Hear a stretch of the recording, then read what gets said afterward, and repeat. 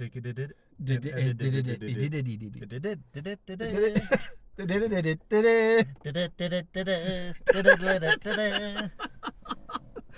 just have our opening. Jeez. Do you like the openings? Yeah, some lady compliments me in church on my baritone voice, and then we start our podcast.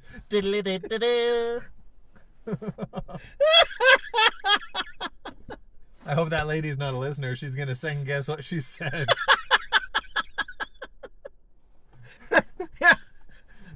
You got quite an... Young man, I just love your singing. Oh, no. Thanks, so does my 3-year-old.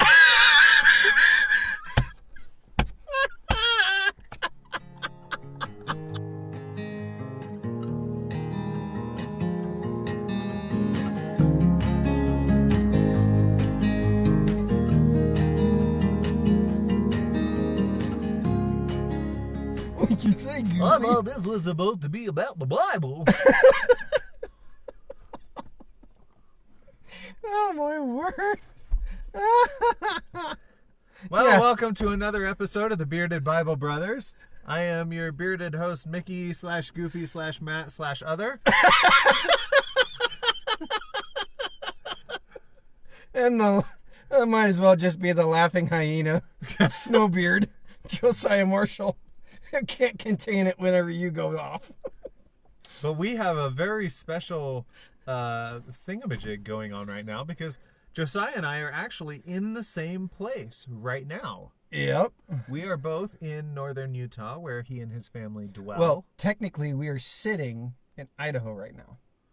Okay. So we are out of Utah, officially. So we fled Utah to record this podcast Yeah. Yeah. with no one in hot pursuit, but that's okay. Right. Just in our own minds. And we are sitting in a car right next to a gorgeous little creek that is partially frozen and partially flowing, and with a giant cliff face in front of us, just enjoying God's handiwork. Aye. It's a good handiwork, too. It is. So this is known as Cub River. Cub River. Cub River, and it flows out of Franklin Basin. Is Mama River somewhere around? Is she going to be angry that we're hanging out with her cubs? You know, my daughter actually asked me that one day. Did she? She did. It's like, if it's named Cub, where's the mother? Lock the door, quick. It was great. I like how she pulls up stuff like that. She just sees it. She just sees it. There we go. Car door's locking. Car doors are locked. We're safe. So, we are jumping back into our conversation regarding the Lord's Prayer, Aye. taking it step by step through. Yes. And if I'm accurate in my thinking, today we're on Give Us Today Our Daily Bread. I think you're getting ahead. Am I? Yeah, we haven't done your kingdom come, your will be done on earth as it is in heaven. We haven't done that one yet. You're right, I suppose we haven't. I was thinking of when we did Matthew chapter 5, verse 9, talking about heavens and what it is and where it is. Ah, And we kind of touched on his will being done up there, but you're right. We could spend significant more time on that today. So why don't we do that? Well, I agree because I've got Hebrew. Copious notes. Copious and Hebrew notes. And Hebrew notes. All right. So we've got... Take it away, Mr. Hyena. Don't start that again. A little bit of Jungle Book thrown in for good measure. Just because. But yeah, so it's got literal meanings. It's got metaphorical. And it's all based off the word itself. So how you spell the word. So like Melech. So we've got kingdom. Right? Root word of that is Melech, king. Mm-hmm. And that's Mem, Lamed, Kaf. Mm-hmm. And so one of the fascinating things that I was even working with my son on was the fact that when you start looking at these meanings, you look how Mem is a broken heart draining out all its pain to be filled with love of God. And how Kaf, we're going to skip Lamed, we'll come back, Okay. means empty vessel waiting to be filled with the presence and glory of God. So what does Lamed do? it's a glue. It brings things together, Mm. essentially. It gives a purpose. It provides a teaching, but then it also brings things together and binds them together. So let me say it back to you to make sure I got it. So the Hebrew word for king is melech, Uh-huh. and it's the letters of the word, the Hebrew letters, form a picture of an empty heart being joined to sitting patiently in the presence of God to be filled. Yeah, it's a waiting vessel waiting to be filled. Yep.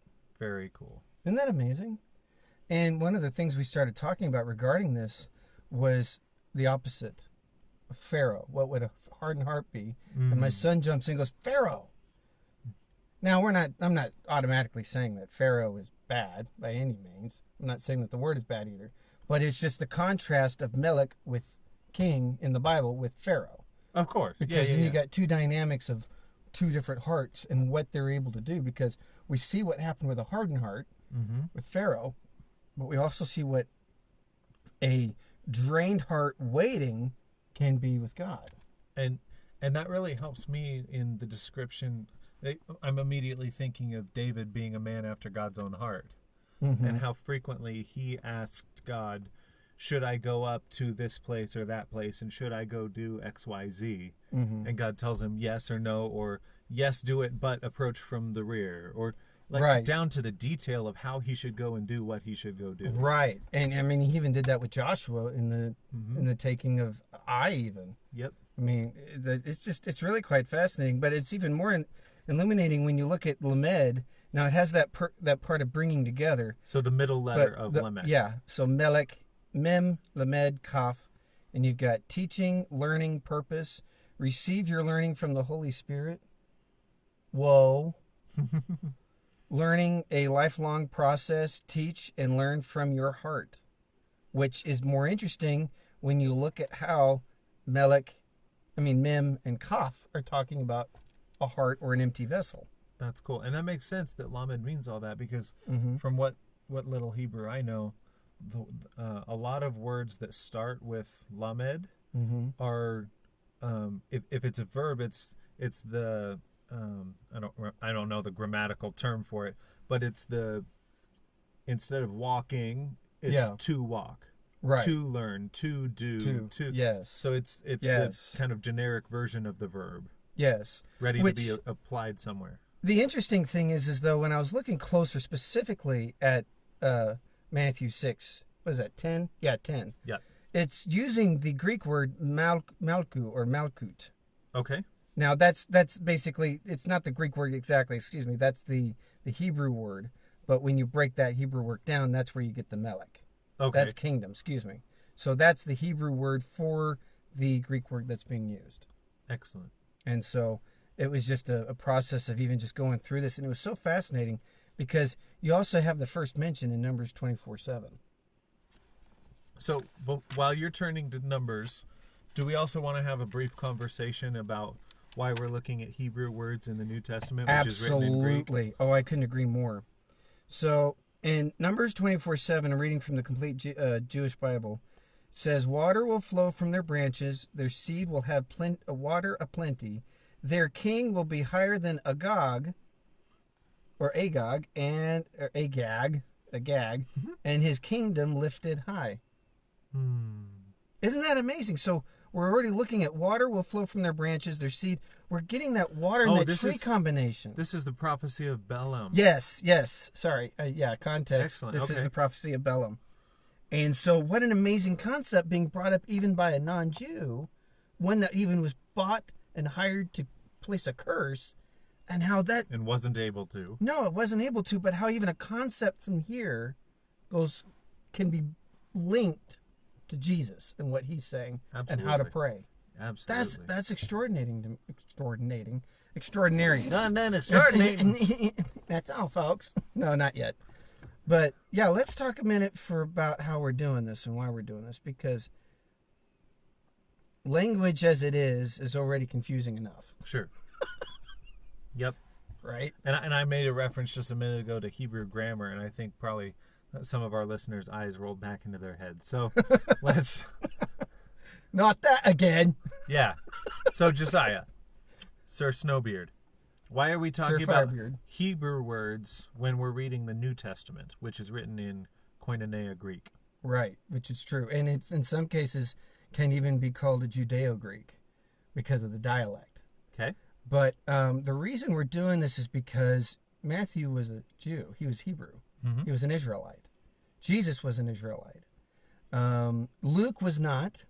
Right. He's oftenly considered a Gentile, although there's some new scholarship that would suggest that he's actually A convert. a convert of some kind, or at least half Jewish, perhaps. Oh, really? Not just a Gentile God-fearer. No. Wow. Okay. Yeah, so that's a suggestion, but at least for the most part, the general consensus is Luke was a Gentile that was, he wasn't hired, but he was basically proctored for the job of providing eyewitness accounts about what happened. Sure. Back to, what was it, Theophilus? Yeah, Yes. Theophilus. And so, and then John, also a Jew, Yep. Paul. And Peter. so we've got these, and Peter, so we've got these Hebrew speaking men. Now, it is reasonable to state that there is a consensus among many that say that Hebrew was not being spoken at the time, and that it was more a temple process. It was kept more into temple rituals and the like, and that Aramaic was the primary language being used. Okay. However, there's actually solid archaeology studies and even anthropological studies within a linguistic framework that find no, Hebrew was being spoken. I completely agree. But Yeah. but I've heard But- that argument quite a bit. Yeah. But then on top of that, you've got so many of these translating institutions and these linguists saying there's Hebraic euphemisms and adages in the New Testament that are being spoken in this Judeo-Koine Greek. So even if it's written in Greek, Yeah, it's written by Hebrew speakers and Hebrew thinkers exactly. using Greek to disseminate the message out to the rest of the world because everybody understood Greek. Right. Yep. Now, and then there's even some recent stuff that suggests that Matthew was originally written in Hebrew, but there is no evidence for that. Okay. But it's one of those more reasonable ones. You go, okay, yeah, that would make sense given that Matthew was Hebrew, Sure. but then he was also heavily involved and influenced by the Romans, and so he would have most likely spoken more than one language Of course. easily. And it's even reasonable to think that Jesus did as well. Mm-hmm. But Especially because having grown up for who knows how many years in Egypt. right, and then also by being in the middle in Israel itself, which is this crossroads, Mm-hmm. it provides that the Mesopotamian highway that even goes right through Galilee. Yep. And so even Galilee itself, when you think about it, where Jesus basically had his base of operations, Mm-hmm. was heavily Gentiled, and it was known as the backwater. Yes. Backwater to what would be Judah and Jerusalem. That's more of the elite and the leadership of Israel. Backwater to the elite and leadership. However, the Zealots and the Pharisees both had their primary base of operations up in the Galilee. Correct. So backwater to those who were highfalutin and looking down their nose at people. Exactly. And the populace at large. Yes. Yeah. Yeah. Okay. Yeah. But even then, the Pharisees, which Jesus had more, he had more in common with the Pharisees than any of the other religious political groups. Because even he said, what was that, Matthew 23, where he said, don't do what they're doing, but do what they say. Sure. So he's actually agreeing with what they're saying, even if he's not so keen on what they're doing. Because he calls them hypocrites. And shows Yes. that they're not living up to their own standards. But the crazy part, though, is that when you really look at the ministry of the Pharisees, they are ministers of the people. They were the ones that went into communities and started setting up synagogues. Right. They were the big proponents of the synagogue system. Mm-hmm. And not only that, but they're also heralded as creating the first public school system. Really? Yeah, Israel had the first compulsory school in all of history that I've been able to find out so far. They're the first ones to have compulsory school.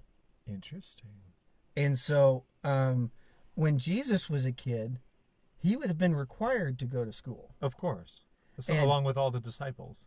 Well, yes, but even the interesting part is when I was reading just a couple of weeks ago this account of a anthropologist who was asserting that boys and girls Mm-hmm. were required to go to school starting at the age of 3.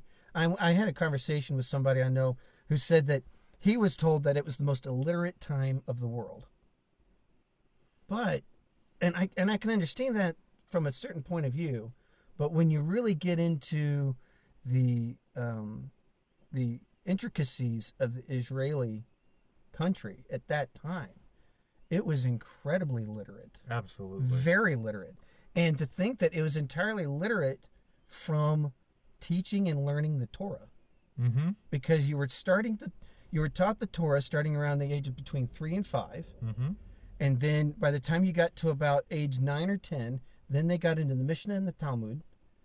And then by the age of 13, The writings that 12, would later 13. make up the Talmud. yes. Well, they already had the Babylonian Talmud in Jesus' time. Yes. Yeah. So that's the primary Talmud that they were teaching around the age of 10. Gotcha. And then when 13, they do the bat mitzvah or the bar mitzvah, which is the natural step for a child stepping into the responsibility of their own spiritual duty and responsibilities in training themselves up, continuing to do that and to continue to pursue what they've been given already. Very good. Okay, so But one last thing, Sure. one last thing is that if they didn't have a drive for learning, sometimes they would actually stop around the Mishnah and the Talmud, and they'd be put into a trade as early as 10 years old.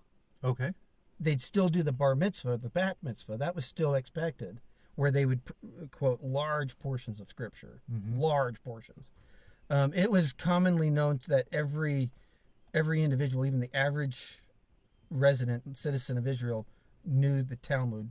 I mean the Torah backward and forward. Absolutely. It was memorized completely, and so they wouldn't even go on in their education. They just go into a trade. So, but that kind of does set us up for where we're at now, because I was having a conversation with someone that said that, but how would they know what Jesus is talking about if he's only dumbing things down? Because he's not. He's not. And they were making these connections back to the Torah. Yes.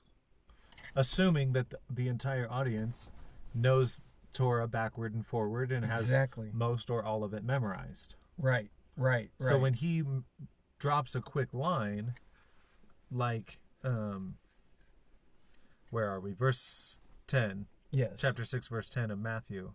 Let your kingdom come, or your reign come, and let your desire or your will be done on earth in the same way as it is in heaven. That's a verbal hyperlink back to a whole bunch of stuff in the Old Testament about God's kingdom. Yeah. Even Yeah. like what happens to be this week's Torah portion. Yes. Vayetze. Yep. Parsha Vayetze. Of Jacob's ladder and God's kingdom coming to earth, with the angels ascending and descending on it, and the contrast of that with the Tower of Babel and man trying to make a name for himself by ascending up to the level of God. The plan of Scripture has always been God coming down and dwelling with his creation in the midst of. And so when he says, your will be done on earth as it is in heaven, and that even goes back to the creation account, where and this kind of goes into some Michael Heiser stuff. Yeah. Of we were made to be we were made in the image of God, and that doesn't just mean that we have a consciousness above animals, Right. or a soul or anything like that, like it's popularly been taught. It means we were created to be God's imagers, Yes. or representatives to the creation. Yes. And when he says, be fruitful and multiply and go and subdue the earth, that's go extend my reign as if you are little me's Yes. on the planet. Right. That's why in the New Testament we're called ambassadors. Yes. And also sons. Yes. Yes. Because the Son was the extension of the Father, like we talked about in our previous podcast, Mm-hmm. and how he would carry the authority as well as the name. Like the king's vizier. Exactly. Yes. I like that still. Yeah. But you even said earlier the hyperlink. Mm-hmm. one of our favorites is Rabbi David Foreman. Mm-hmm. And this rabbi has got some amazing stuff out there. He's basically the Project Bible Project for the Jewish community. Yeah. And the videos are just... And the podcasts and Oh, yeah, the podcast. That guy has at least five different podcasts. Ongoing, yeah. Yes. Some of them on a break, but yeah, ongoing. And it's just extraordinary to be able to sit back and hear him talk about these hyperlinks between Scripture. Yep. So then it would make more sense as to why we would look backwards and look at what Jesus is saying and where it's coming from. Because even Jesus said, I'm not coming up with anything new. Right. I've not spoken anything that the Father hasn't already told me to speak, especially with what he's already given, and that's in the Torah. And in the prophet Amos, we find out that God doesn't do anything without first giving warning through the prophets. Right. So right. Even when, like, we're used to the New Testament or the New Covenant, and those are Jesus' words, but they're Jeremiah's words. Jeremiah, Isaiah. Yep. Isaiah's, Ezekiel's even. He goes into Daniel a little bit. Yep. So and maybe we cruise through this. We're kind of talking through stuff that we've talked on several times before, but the correct way, the most appropriate way to study Scripture is to do it linking back in the text. And that's what Jesus did constantly. That's what his apostles did in their writings. That's especially Paul. Oh my word. Absolutely. Romans, so much of that is just tied right back into Torah. Yep. Deuteronomy a lot. And we've talked, when we went through Revelations briefly, we talked about how there's almost 600 references to the Old Testament in the book of Revelation. Right. So I think we can continue on with our conversation through of your kingdom come on earth as it is in heaven. Yeah. Rabbit trail. Worthwhile, but yes. Yeah. You almost want to say shiny, but not quite. Or rather, squirrel. Squirrel. But anyways, yeah, so this was just some of the processes that I was looking at when I was looking through just even your kingdom. Because when you look at Numbers 24 and where the people are at the time, a lot of them are already belly aching. Oh, yeah. And so they're not behaving that way. But here is basically a sorcerer talking over them, saying, this is what God's wanting you to be. And what you will become. Exactly, and what you'll definitely become. And even the connection with these first two lines, water will flow from their branches and their seed will have plenty of water plenty. You see that going through even Psalm 1. And Jeremiah and Isaiah with this. Isaiah uses the theme of streams in a desert constantly. Yes, and then also the oaks of righteousness. Yep. And so there's a strong presence of trees. So when I see Psalm 1, for example, and it's setting up the precedent for Psalms of wisdom.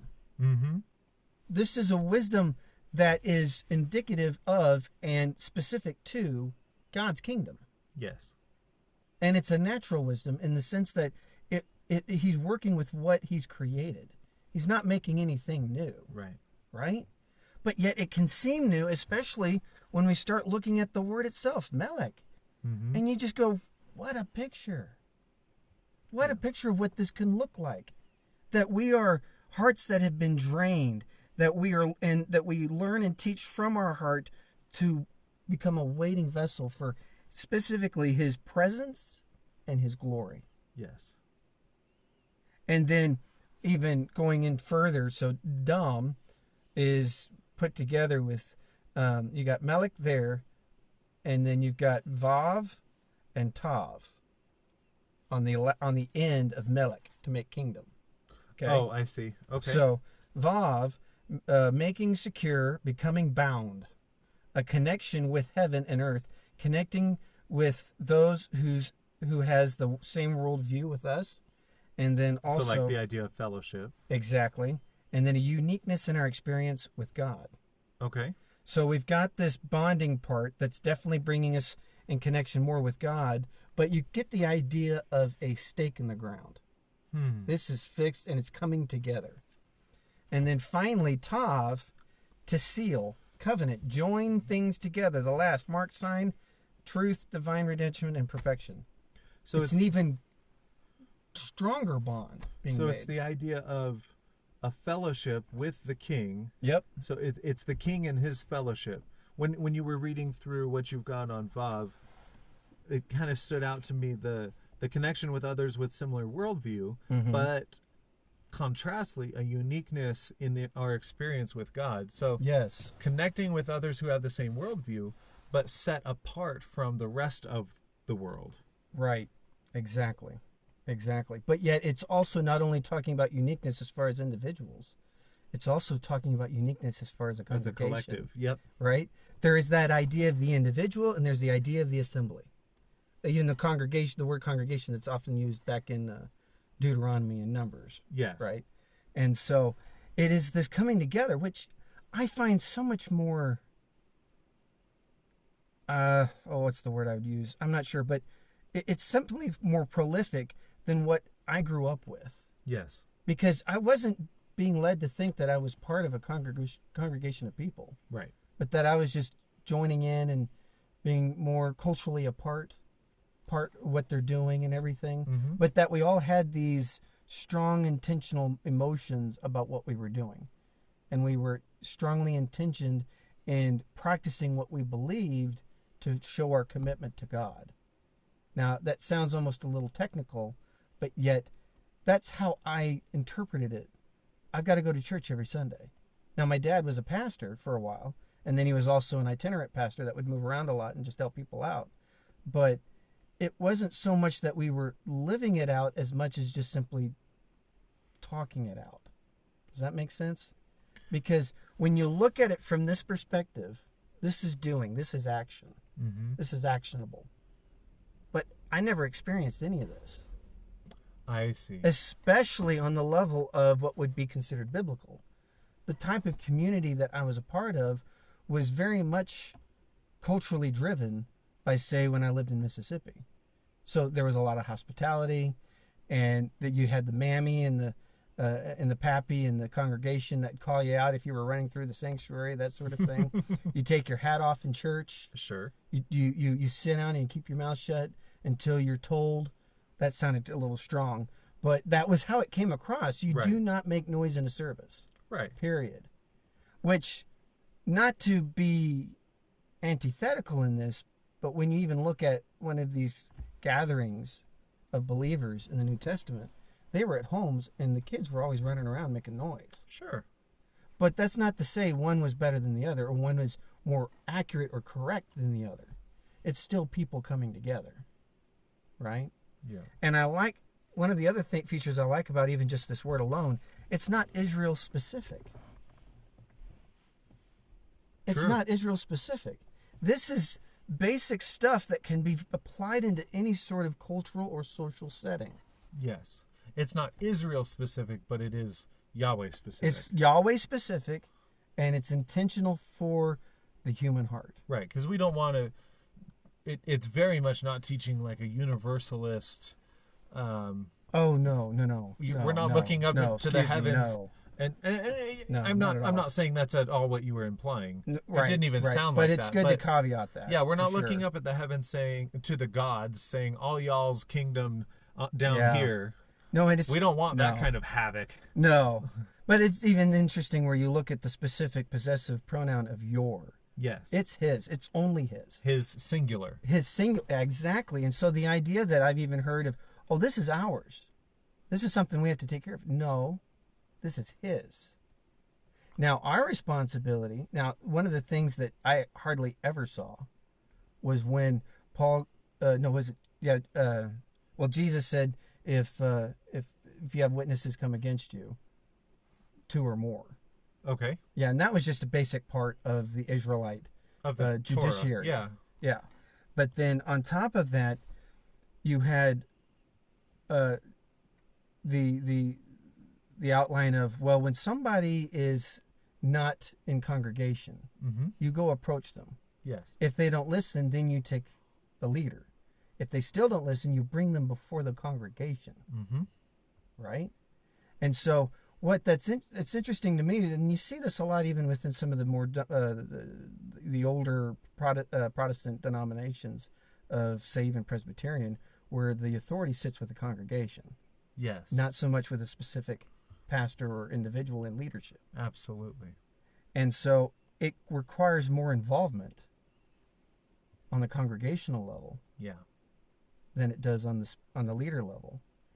Because one of the things this does for me is it's calling to say, no, the pastor's not some Moses for you.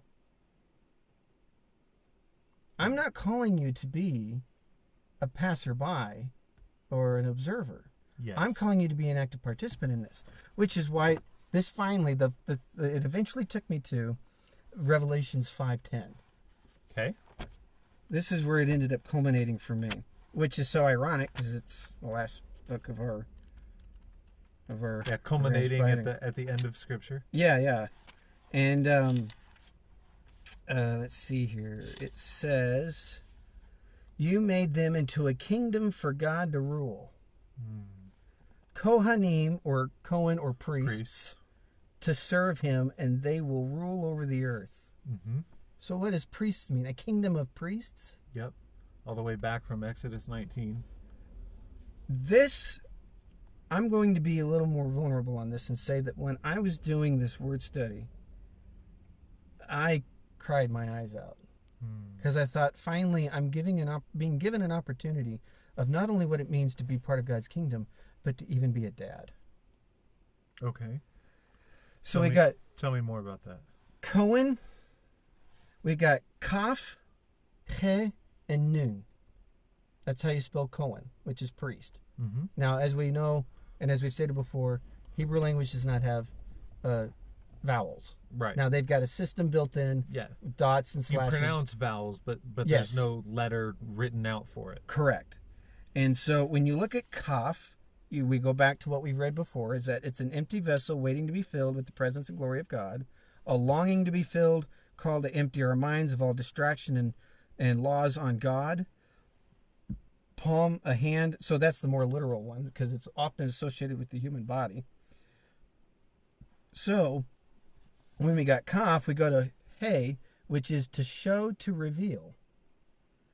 God and us exist in the moment. God's presence, gentleness of God, broken letter, showing God's act of restoration through his son, Jesus Christ. Broken letter. Broken letter. Like the letter represents brokenness? Yeah, it does. So here's Kaf. No, that's Tav. Wait a minute, excuse me. Here's Kaf. No, that's Hey. Good grief. What am I doing? I'm getting myself confused. Oh, here we go. Right there. Mm-hmm. There's Kaf, and there's Hey. Oh, sure. So you got that little break up here. So anyone who's listening on the podcast, the Hebrew letter Hey looks like the symbol for pi, right? Except the left leg does not reach all the way up to the top. There is a gap between the leg and the lid. Correct. And when you look at Mem, there's a break between the left line and the lowest line. Yes. That shows where the heart's draining out. Gotcha. Because Mem represents heart. Yes. But then so does Bait. An emptied heart. An emptied heart specifically. But you've got Bait that actually means heart. Or house. But so you've got Kaf, empty vessel waiting to be filled. Then you've got He, which is to show or to reveal. Then you've got Nun. And Nun is an emergence, endurance, faith, faithfulness, an abundant life to spread, offspring, descendant. Then you've got action. Sure. Life, heir to the throne, faithfulness. All of the ideas that would go with Action. A legacy. A legacy, but a legacy that's based on an actionable understanding. And so when I was reading this, it was just so illuminating for me to realize that even as a dad, I was often told growing up, oh, you're going to be the pastor of your household. Okay. The idea of what we've got as pastors today, I didn't really see fitting very well. Right. I'm going to sermonize at my family on a weekly basis. Yeah, exactly. But when you look at the social expectations and even just the office of priest and what they're doing, they're facilitating worship with God, right? And so they are becoming that empty vessel waiting to be filled with the presence, longing to be filled, and so on, that eventually go to show and to reveal. And they show it and reveal it by way of faithfulness, endurance, by staying steady to what God outlines specifically. This is what I'm calling you to do. Gotcha. Which becomes even more interesting, especially on a Second Testament or a New Testament premise, when you look at Jesus saying, I'm the way, the truth, and the life. Mm-hmm. Because when even you look at that first one, the way was often looked at when regarding the tabernacle or even the temple as going, this is the way, this is how you go in. Sure. And so he's actually, and when you, there's a lot in here, and I'm not trying to throw too much out there, but it's fascinating when you begin to look at the layout of the tabernacle or the temple and what it ends up looking like. Mm-hmm. The common one is a face.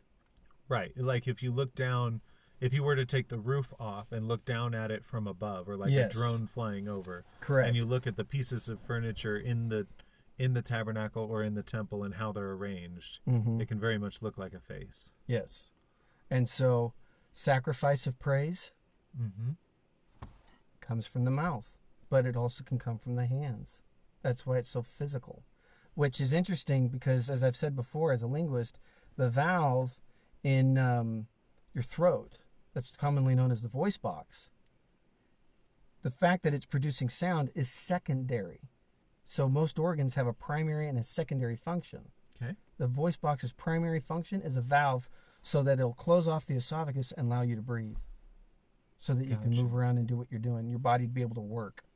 Which, I'm not saying this is, it's just an interesting connection. That's all I'm saying. I'm not Sure. trying to make something big out of it. Sure. But at the same time, what a fascinating reality Yeah. when you have this overlay already on the temple and the tabernacle of a face and that of a person. Now, I want to go back a little bit to what you said about how the prayer and the prayer at large, and also specifically this section of the prayer not being just for Israelites, but for any follower of Yahweh or any God-fearer. And then going into the priesthood part, that reminded me of 1 Peter chapter 2, verse 9, Okay. where Peter almost directly, he quotes it, but with a very slight twist, what God said to Moses and to the children of Israel in Exodus 19 of what the plan was going to be regarding yeah. their relationship. Yeah. So Peter, writing to a mixed audience of Jews and Gentiles, says, "You all are a chosen race, a royal priesthood, a set-apart nation, a Yep. people for a possession, that you should proclaim the praises of him who called you out of darkness and into his marvelous light, who once were not a people, but now the people of God, who had not obtained compassion, but now obtained compassion. Excuse me. Yeah. No, I get it. So, as we continue going through the Lord's Prayer, this it's for all, and it harkens back to what Jesus said: "Who are my mother and brothers? Those who do the will of God." Right. This is for all. Right. It's really, and it's not. A lot of times we think about, okay, so Israel failed, or it's presented in Western evangelicalism as Israel failed, the Israelites failed to be the light on the hill and the ambassadors of God to the nations, the kingdom of priests that would play the role of a priest to the rest of the globe. And so in replacement theology, it's taught that the church has replaced Israel in that goal. But Right. but the opposite is true. Exactly. They are still the kingdom of priests, whether they're fulfilling that role to the greatest content that they could or not. Mm-hmm. And what Yeshua did, what Jesus did, is he opened it back up to the original commission for all humanity through Adam. Yes. Be imager of God. Right. Be fruitful and multiply. Go and subdue the earth. Right. And this is for all mankind. Yes. Looking up to the one true Creator God, saying, "Let your will be done down here, Right. just exactly like it is up there, just Right. exactly like it was in the Garden of Eden." Mm-hmm. And in fact, like it still is in the Garden of Eden, because Adam and Eve were kicked out, but God never left. No, he didn't. That's still No, he his Yes. garden metropolis. Yes. And where it is, nobody knows. But then again, there's been a lot of supposition about that. Yeah, and that's not the important part. No, it's not. But what is that what I said last night. I don't know if you heard me say this, but we were watching the Parsha video Mm-hmm. of Vayetza, and I was telling my son that Levi, the tribe of Levi, is to Israel what Israel is to the world. Yes. And it's interesting how Jesus puts it to his disciples in Matthew, where he says, "No, you're not going on to be rabbi. I'm the rabbi. Yes. You're to go on to make disciples." Right? Yes. And so Teaching them all that I have commanded you. exactly. And so when it comes into how the wisdom that God would have of his kingdom, that's how it works. There is one intermediary, and that's Jesus. Yes. We are disciples on a same playing field, so to speak. We're all equal in standing, and we're to be working together to understand and to operate in God's will. Or as your translation, which I like, is the desire. Yes. The desire. What is God's desire? And I was looking at that even, and I came across Deuteronomy chapter 10, verse 12 through 22. Do you mind if I read it? Go for it. Okay. So now, Israel, all that Adonai your God asks from you is to fear Adonai your God. Follow all his ways, love him, and serve Adonai your God with all your heart and all your being. To obey for your own good the mitzvot and the regulations of Adonai, which I am giving you today. See the sky, the heaven beyond the sky, the earth, and everything on it all belong to Adonai your God. Only Adonai took enough pleasure in your ancestors to love them, and choose their descendants after them, yourselves, above all people, as he still does today. Therefore, circumcise the foreskin of your heart. Mm-hmm. I remember one time somebody saying, no, that's not until the prophets. No, it's right here. Oh, it's all the way back in Torah. Oh, absolutely. Circumcise the foreskin of your heart, and don't be stiff-necked any longer, or hard-hearted in some cases. For Adonai your God is God of gods, lowercase, and Lord of lords, also the second lowercase. Right. The great, mighty, and awesome God who has no favorites and accepts no bribes. He secures justice for the orphan and the widow. He loves the foreigner, giving food and clothing. Therefore you are to love the foreigner, since you were foreigners in the land of Egypt. You are to fear Adonai your God, serve him, cling to him, and swear by his name. Oh, really? That seems to go against a lot what we've been trying to do. Right. Right? But A that's misinterpretation of the third commandment. Exactly. And so he is your praise, and he is your God, who has done for you these great and awesome things which you have seen with your own eyes. Your ancestors went down into Egypt with only 70 people, but now Adonai your God has made your numbers as many as the stars in the sky. Which harkens even back to the promise he made with Abraham. Yep. Where we see within Paul's writing, the Jews and the Gentiles becoming in one family, Yep. one kingdom. And thus we come right back to the disciples' prayer of, your kingdom come. Right. Which even just that one word come, it's active and it's ongoing. Yes. And it's participatory. Yes. It's not passive.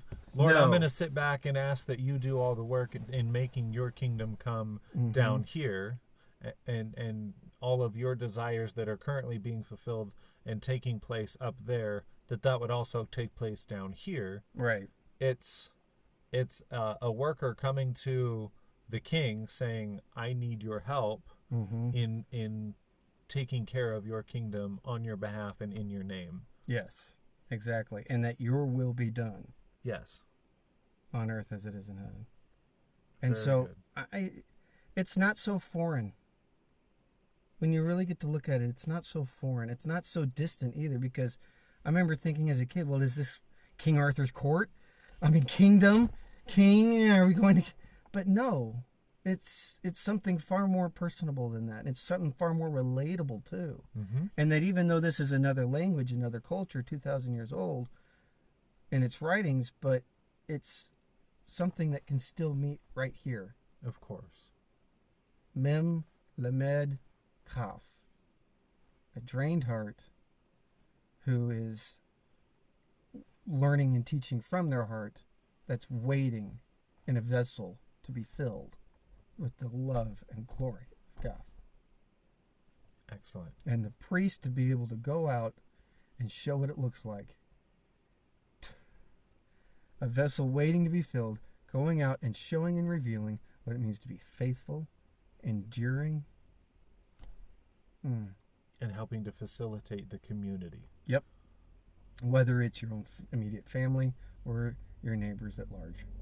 Or your Arizona neighbors coming up to visit you. Yes, exactly. Excellent. But this has been a phenomenal conversation. I'm glad we got to do this, especially with such a view as we got now. But we thank you for listening in on this. And can we do a little bit of an announcement? Oh, yes. Regarding the view that we get to enjoy and you don't, because you'll notice we didn't do a video recording today. That's right. So we're going to be shifting a little bit for ease of editing, for the sake of for us being the fathers and the priests of our own families. We're going to be just doing audio. So for those of you listening to us on the podcast, whether on Spotify or Apple Podcast or whatever like that, you will notice no change.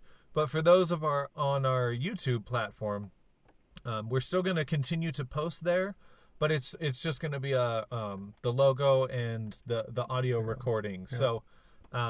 So we get to enjoy this beautiful view. Yeah. I realize You'll have to come see it for yourselves. Yes, come up to southern Idaho, northern Utah. Come hang out with Brother Snowbeard and enjoy this. So yes. With that said, we would love to hear your thoughts, comments, questions, concerns. And so write to us at beardedbiblebrothers@gmail.com. And until next time, God bless. And keep reading your Bible. And praying. And praying.